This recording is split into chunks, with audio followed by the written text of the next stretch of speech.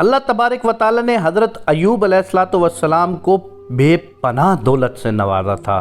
دنیا میں موجود کوئی ایسی چیز نہیں تھی جو حضرت ایوب علیہ السلام کے پاس نہ ہو۔ حضرت ایوب علیہ السلام اپنے وقت کے ملٹی ملینئر تھے، پھر اللہ پاک نے ان کو آزمایا، ان سے سب کچھ چھین لیا۔ ان کی بہت ساری اولاد تھی اور ساری ایک ساتھ فوت ہو گئی۔ وسیع و عریض رقبے پر ان کی فصلیں جل کر راکھ ہو گئیں اور اللہ نے ان کو بے شمار بیماریاں لاحق کر دیں۔ پھر ایک دن حضرت ایوب علیہ السلام نے اللہ تبارک و تعالی سے دعا کی اور اللہ سے رحم مانگا۔ اور ایوب کو یاد کرو جب اس نے اپنے رب کو پکارا کہ مجھے بہت تکلیف ہو رہی ہے تو سب سے بڑھ کر رحم کرنے والا ہے۔ اللہ پاک نے ایوب علیہ السلام کی دعا قبول کر لی اور حضرت ایوب علیہ السلام کو صحت یاب کر دیا اور ان کو پہلے سے بھی کئی زیادہ دولت اور شان و شوکت عطا فرمائی۔ ہم نے ان کی دعا قبول کی اور جو ان کو تکلیف تھی وہ دور کر دی اور ان کو بال بچے بھی عطا فرمائے۔ اسی طرح اللہ نے قرآن میں حضرت زکریا علیہ السلام کی بے بسی کا واقعہ ذکر کیا۔ حضرت زکریا علیہ السلام کی بیوی بانجھ تھی، وہ بچے پیدا نہیں کر سکتی تھی۔ حضرت زکریا علیہ السلام بوڑھے ہو گئے، پوری عمر گزر گئی، بیوی بچے پیدا نہیں کر سکتی تھی، تو ایک دن گھبرا کر اپنے اللہ سے دعا کی، یا اللہ اب میں بوڑھا ہو گیا ہوں، میری بیوی بھی بچے پیدا نہیں کر سکتی، یا اللہ تو مجھے بڑھاپے کا سہارا دے دے۔ اور اللہ نے دعا قبول کر لی اور ایسی بیوی میں سے بچہ دے دیا جو بچے پیدا کر ہی نہیں سکتی تھی۔ اور پھر حضرت زکریا علیہ السلام نے اللہ تعالیٰ سے کہا، اے میرے رب، میں تجھ سے مانگ کر کبھی محروم نہیں رہا۔ جب اس نے اپنے رب کو آہستہ سے پکارا اور کہا، اے میرے رب، میری ہڈیاں بڑھاپے کے سبب کمزور ہو گئی ہیں اور سر بڑھاپے کی وجہ سے شعلہ مارنے لگا ہے اور میں اپنے بعد اپنے بھائی بندوں سے ڈرتا ہوں اور میری بیوی بانجھ ہے، تو مجھے اپنے پاس سے ایک وارث عطا فرما۔ اے زکریا، ہم تجھے خوشی سناتے ہیں ایک لڑکے کی جن کا نام یحییٰ ہے۔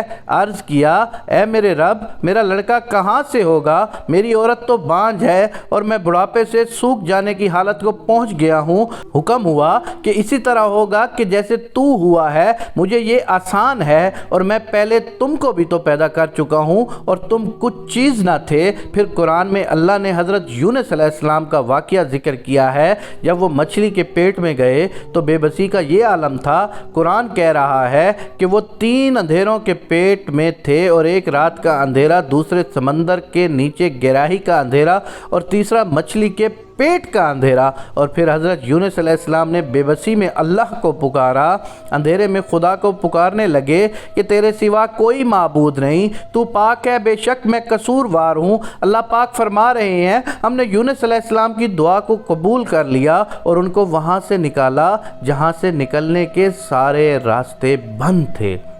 تو ہم نے ان کی پکار سن لی اور ان کو غم سے نجات بخشی۔ اللہ پاک نے یہ واقعات قرآن میں اس لیے ذکر کیے ہیں کہ میرے بندو، مجھ سے کبھی نا امید نہ ہونا۔ میں نے موسیٰ کو فرعون کی گود میں پال کر دکھایا، اسماعیل کو چھری کے نیچے بچا کر دکھایا، ابراہیم کو جلتی آگ میں بچا کر دکھایا، مریم کو بن باپ کے بیٹا دے کر دکھایا، یوسف کو ایک قیدی سے بادشاہ بنا کر دکھایا۔ اس لیے ہمیں اللہ تبارک و تعالیٰ سے ہر وقت مانگتے رہنا چاہیے۔ اللہ کے لیے کیا مشکل ہے؟ اللہ کی ذات تو وہ ہے جو ناکامیوں میں بھی کامیابی پیدا کر سکتی ہے۔ اللہ کی ذات کے لیے کچھ بھی ناممکن نہیں ہے۔ اللہ کی ذات نے صرف کن کہنا ہوتا ہے اور وہ تمام عمل ہو جاتا ہے جیسا اللہ تبارک و تعالیٰ کی ذات چاہتی ہے۔ میرے دوستو، میرے بھائیوں، میری اس ویڈیو بنانے کا مقصد صرف اتنا ہے کہ کبھی بھی اللہ کی ذات سے نا امید مت ہونا۔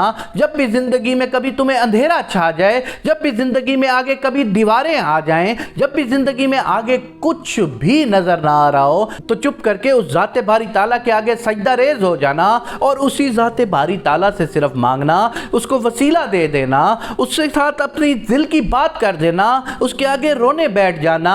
وہ اللہ ہی تو ہے جو سب بے آسروں کی سنتا ہے، وہ اللہ ہی تو ہے جو بے بسوں کی مدد کرتا ہے۔ میرے دیکھنے والوں، میرے سننے والوں، آج اپنے ساتھ تہیہ کر لو کہ کبھی بھی کوئی برا عمل نہیں کرنا، تاکہ اللہ ہم سے کبھی بھی ناراض نہ ہو۔ آمین یا رب العالمین۔